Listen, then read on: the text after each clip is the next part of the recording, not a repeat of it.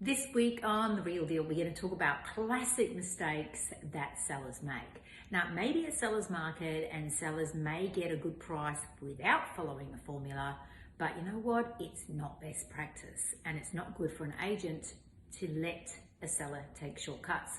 So I'm going to go through what the classic mistakes, which we see time and time again. In my 15 years, I've seen pretty much every variation of this mistake many times over. The first thing, of course, is overpricing the property or expecting and saying things like, oh, we can always come down. But you're far better off doing an upsell and listing a property and getting more people through the door and negotiating with more people than just negotiating with one person, or worst of all, nobody. The other thing is, when no one comes through, just blaming the weather, or there was an AFL match on. That's another classic one. Oh, well, you know, the weather was lovely, everyone was at the beach. No, your property is overpriced. Nobody wanted to come. Remember, there's a message in the silence. Now, we're going to talk about bad front yards. Yards that are in a bad situation. There's been no weeding done. You've mowed the lawn, but that's pretty much all you've done. Fences that aren't maintained. Fences are an absolute no-no. There's something that you don't make any money on by fixing, but there's something that will ultimately cost you a lot of money if you don't pay attention to that. Remember the Fences Act? You share the cost of a common fence anyway, so get that done long before you go on the market. Don't let that be a bone of contention at the end. Not getting a safety certificate for a swimming pool. You should always have a safety certificate done up front. It shouldn't be up to the buyer to have to come up with that one within 30 days of settlement. Not having decent compliant smoke alarms if you're trying to sell a property which you're probably going to sell to someone who's an investor. The other thing is window coverings. Rather pull the window covering down than have a really ugly window covering, and definitely absolutely no net curtains. I don't need to emphasize that more, do I? Having dirty windows, absolute no-no. Having a property which really isn't clean.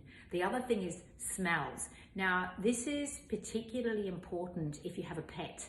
People with pets do not smell their pets. My husband frequently says, your dog Freckles smells, she needs a bath. And I'm like, I don't notice anything.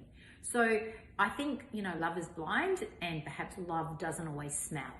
So, and particularly relevant if you've got teenage sons, their rooms normally smell. They often don't pay much attention to leaving dirty socks and things in linen baskets, and you might not smell it. You might be used to the smell, but believe me, buyers can smell it. You know, that whole stale smell that you often get in a house that's been shut up. Pay attention to smells. Make sure your house smells nice. And that's a very personal issue. And it's a very difficult conversation for an agent to have. But really, you need to make an effort, get a diffuser, burn some essential oils, get some candles, whatever. Drive out the bad smells and make sure you've picked up what the dog's done in the garden as well. Not putting enough effort into making the house look good. This is often doing your own styling or not getting a stylist in. If it doesn't look amazing, you're going to get a less than amazing result. Is it worth deviating from the formula? We went there last week. It's never worth deviating from the formula.